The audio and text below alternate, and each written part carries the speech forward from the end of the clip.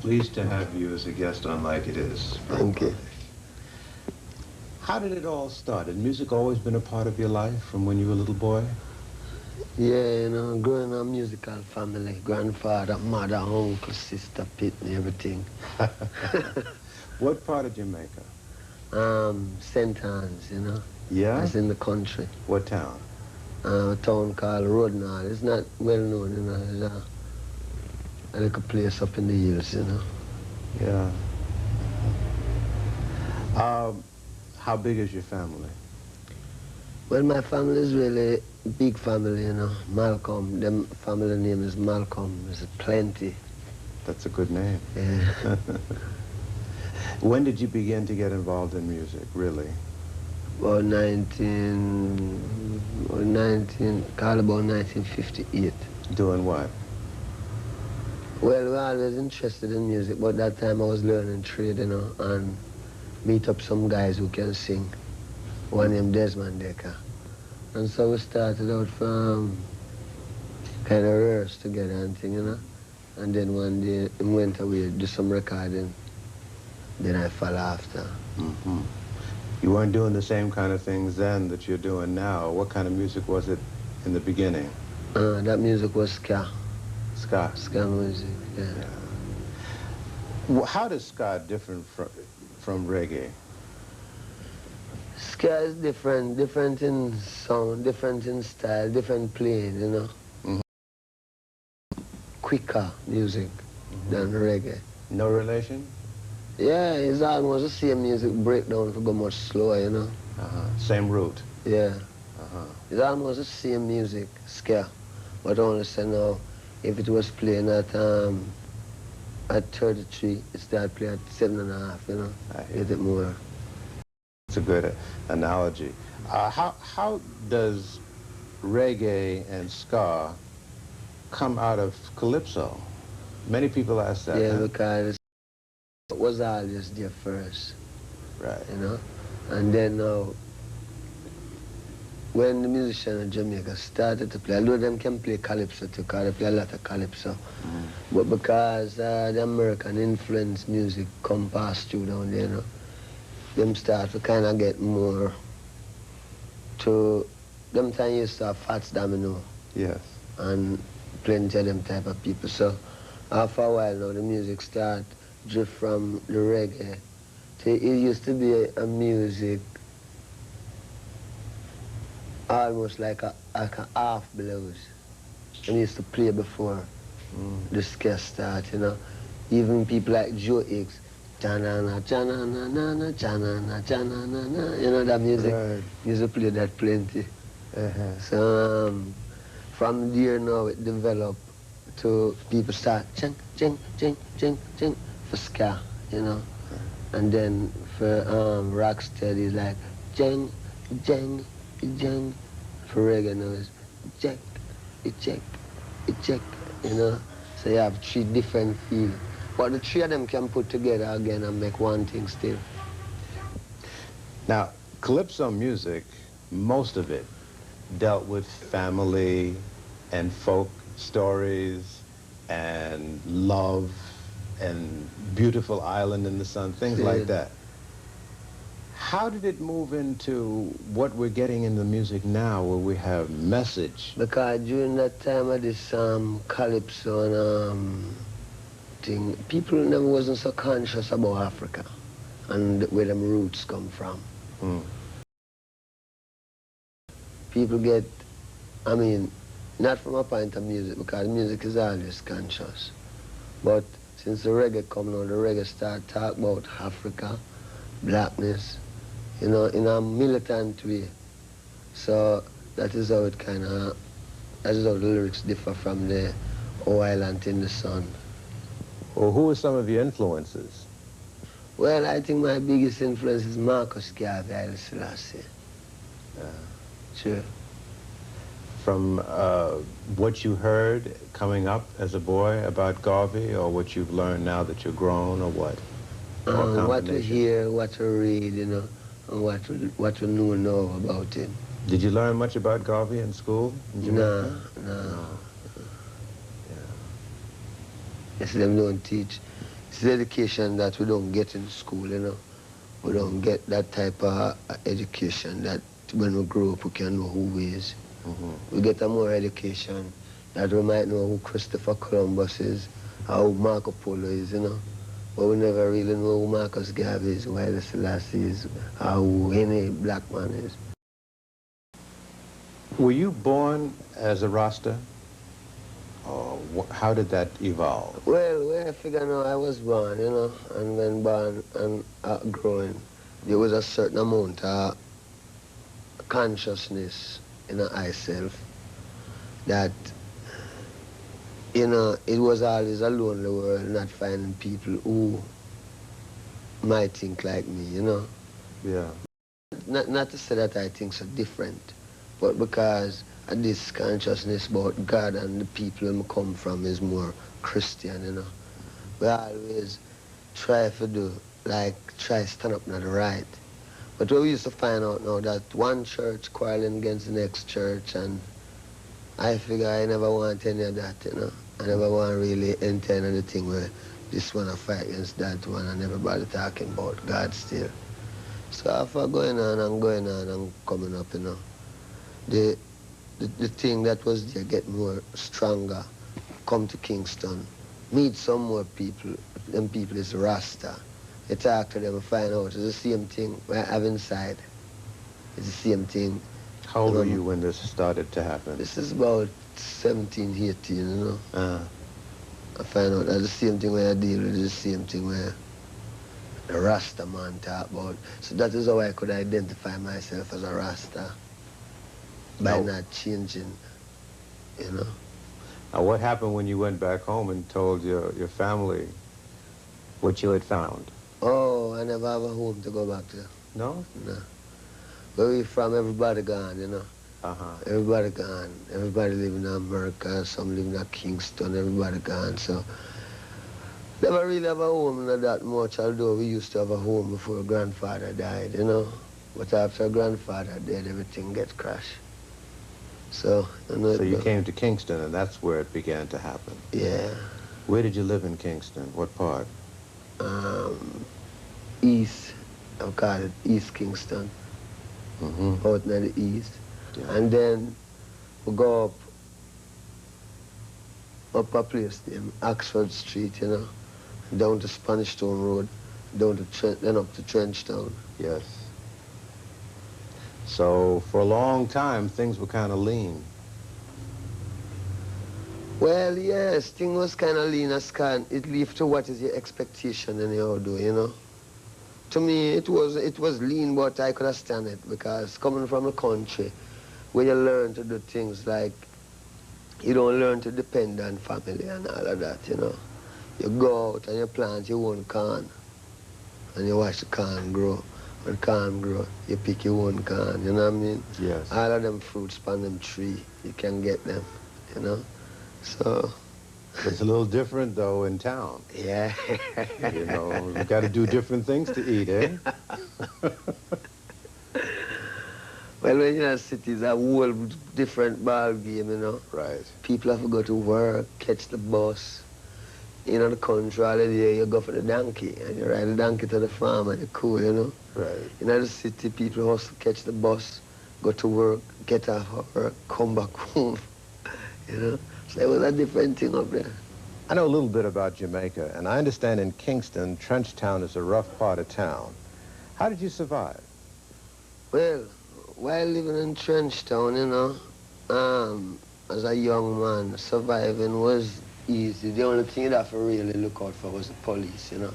Because the police could have just get you, frame you, you go to prison, and because you come from Trenchtown, you know, Trenchtown's, from them say, where you from? You say, Trenchtown, you're gone, you know. It's ship out. You know, a lot of people are confused about what a Rasta really is and have a very negative image of the Rasta. Tell us what a Rasta is. See, Christ promised that he will return within 2,000 years, you know, and him said when him come, he will be the King of Kings, the Lord of Lords, the conquering Lion of Judah, through the lineage of King Solomon and King David. Now, my life have great meaning to me. So I really search to find out if God is here. When I search, I look in Ethiopia. I look all about, looking at Germany, you know, because I'm not prejudiced. I look for God. I looking at Ethiopia, I see one man stand up with these names. Emperor Haile Selassie, name King of Kings, Lord of Lords, conquering Lion of Judah, through the lineage of King Solomon and King David, written in the Bible. One of my things is that the Bible, them say that King James edit the Bible. Now, my understanding is that if King James edit the Bible, I don't think he would edit it for the benefit of black people. So when the revelation turned out that Haile Selassie is the King of Kings and the Lord, coming straight through the lineage of King Solomon and King David, then, you know, we really know that this is the Christ return. Because we know in this world, yeah, when the white man edit it, he wouldn't edit it in our behalf. You know, he would have more edited to make it look like England going to be the big thing. But in the last days, they'll prove out that is Ethiopia, Haile Selassie, you know, and Haile Selassie's name is Rasta. So we are called Rastas, you know, called by his name. And then it's a lot of things. We go as far as saying, him say when him return and you call upon him, now this is God. Him say when him return, now we know that if you call upon the Catholics, them embrace you. You call upon the Church of God, them embrace you. Any religion you call upon, you might get embraced. The only religion them push you off from is Rasta. But that does make the truth more real, because them say, when you call upon my name, your mother and your father forsake you. And that is why today you hear Rasta get so much bad name. It's not because Rasta do anything bad, but it's because how the prophecy go with it. When if your mother and your father will forsake you, just imagine people who don't even know you. You know what I mean? Well, in most religions, you go to church on Sunday, and you may go to a Bible class once or twice during the week, and that's it. Yeah. Is it pretty much basically the same in Rasta, or is it more involved? No, what we say no, we say that the man is the church. The Bible is there. But what we find out now is that a lot of people read the Bible, but them don't understand the Bible, because the approach to the Bible is wrong. I mean, there's no way you can read a book. You just take up a book and just read it in the middle and figure you can find out what was happening from the beginning to the middle. The Bible is a whole book with a whole tradition in it. And from them read to Genesis to Revelation, the whole truth of the whole straight road with the overstanding is there. You know? So it's not a say, well then, we just go church and do like the other Christian. We know that the man is a church, you know? Because you see, you just can't overthrow the truth. You know, we, our people, have our roots. When we search for it, we find it in a Rasta. Because we don't see, there's no other way. We don't see no other way. It's Rasta we find the roots in there, you know. How do you handle fame? I handle fame by not being famous. Come on, you know you're a famous man. No, I mean, you know, not to me. No? Not famous to me. Some people get drunk off of fame. See, I learned from we was coming in, from I just started music. You know, the people them want me. Them show me say, hey, this game is a game where if you don't mind sharp, you lose your consciousness. So the only way you can lose your consciousness is because if you figure say you're getting, some people say rare, your head might get swell. Right. And if your head swell, that's it. So you know, really don't keep my head in a bandage that it can't swell. True. How do you handle the women that come at you in droves? People have visions of women beating down the door to get at Bob Marley and grabbing clothes. Is it like that? No. No? Woman easy, you know. Is it difficult, though, to keep your balance and not, you know, get to feeling that you're more important than you really are when so many people are after you all the time for different things? No, you see, I don't think, I never really check myself, you know, I really, I know I am benefit to the people, you know. That's the only consciousness I have on myself, that I can be beneficial to a people, you know. And I don't know anything else. I don't know that.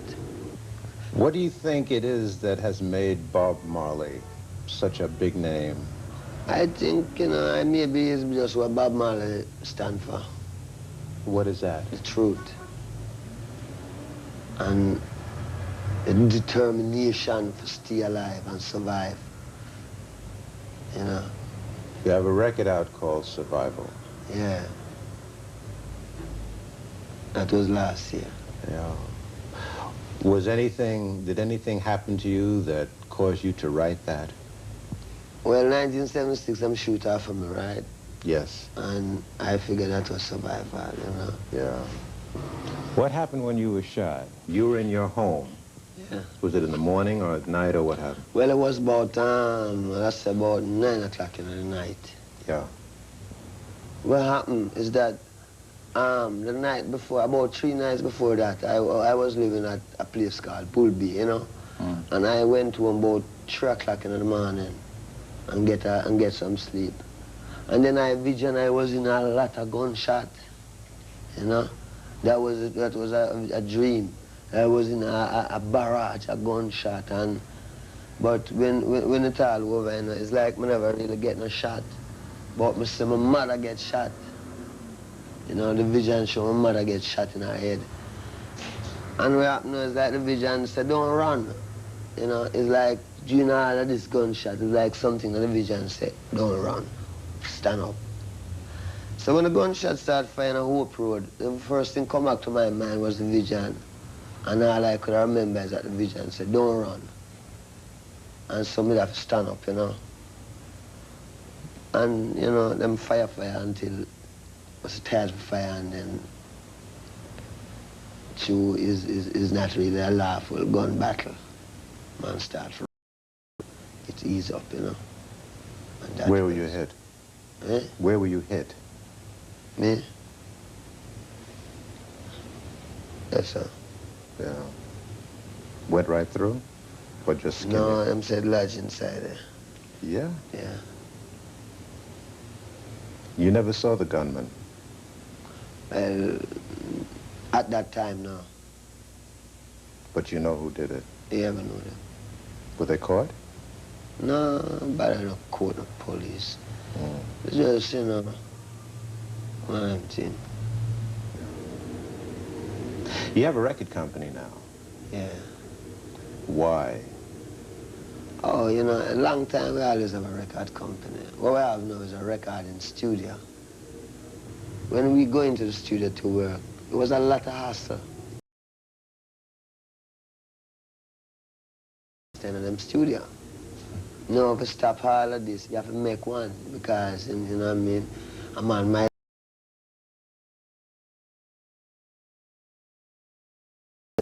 You know what I mean?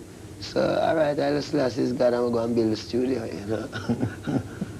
So, you know what I mean? And that's how it go. Them things come through pressure. If everything was nice, maybe we wouldn't have to build a studio. But, you know, it's just a tricky place. It's not everyone really have that humanitarian feeling. Some people just deal with, them don't even know what I'm dealing with. What's ahead for Bob Marley, do you know? Do you have an agenda or a master plan? Well, I feel ahead for I and I is the unity of Africa. And then when the unity of Africa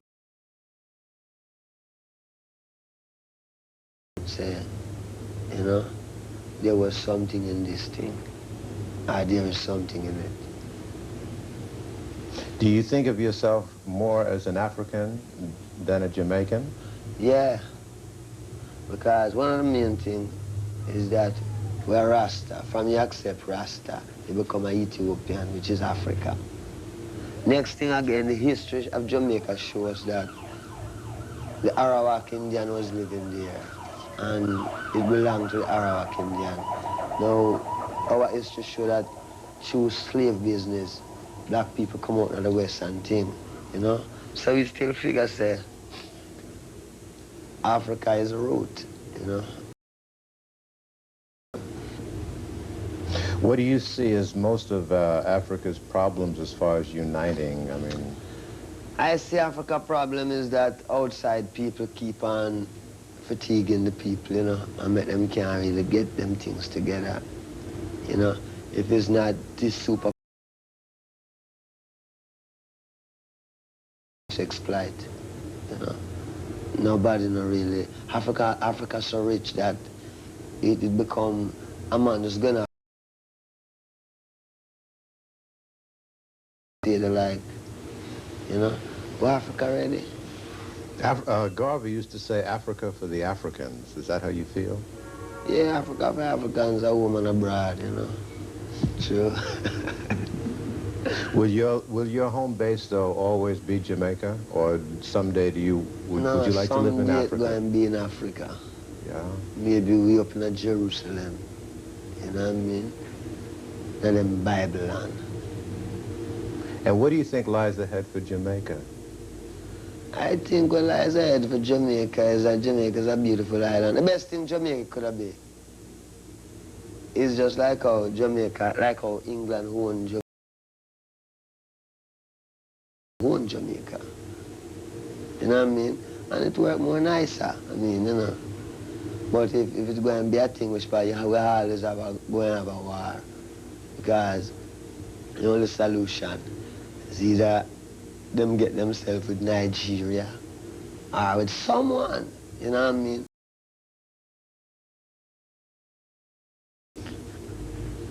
Something to do with Africa. That's Africa who owns Jamaica. You know? But because the people and them whole heap ideology and philosophy where they want to come with, you know, some people want to be Marxist, some want to be this, some want to be that. And nobody don't, and plenty of people don't want to be with them is. And where them is African. And Africa have its own culture, and its own people. And you know, all it needs is people who keep it down for either die out of the earth or something. What is your feeling about the condition of black people here in the United States? I feel like black people should develop themselves, you know, not to several then just developing up yourself having a prejudice thing to it. It's just that we are people with our own history and culture. We can educate ourselves. I mean, we are the first creators. So we have to really, everything when you see on this earth here, is a black man make it. And I'm saying that the white man don't make some, but all wisdom come from the black man. You know, a lot of young viewers look up to you and are going to want to hang on every word and every syllable. Do you have a message for young people?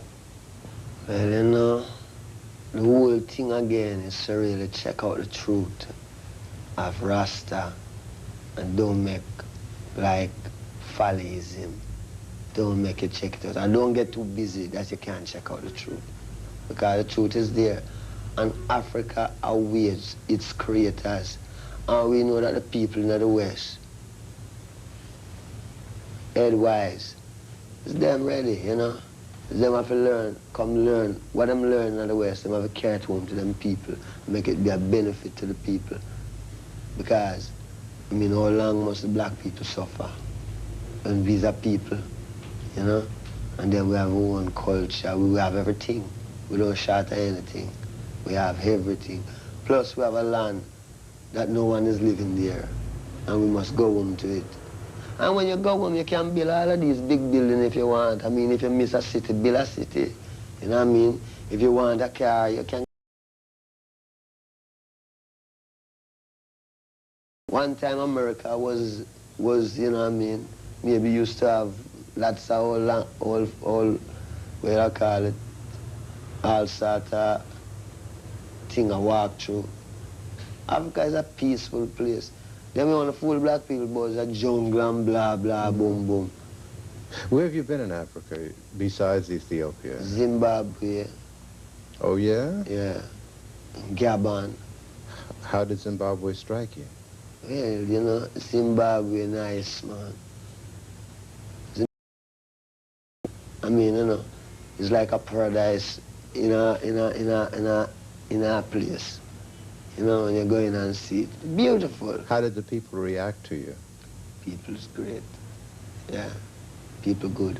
You know, them places when you go and you see how the people, how the land set up, you see people living. You see a man having mouse on a nice piece. And then the whole thing about it, the climate, you can go out all the while. You know what I mean? The climate nice outside. Yeah. If you want to look upon a few lions and things, you can walk and go. And if you want to see some things that man never make, but it look like somebody make it, that's all Zimbabwe too. Because I go in a place and I see some stone farm, but I know it's not the man make it, but the weight farm, you know, is higher than something. It's really been a pleasant and informative experience talking to you, Brother Marley. Nice. I thank you for your time. I really Wish you well. Rasta.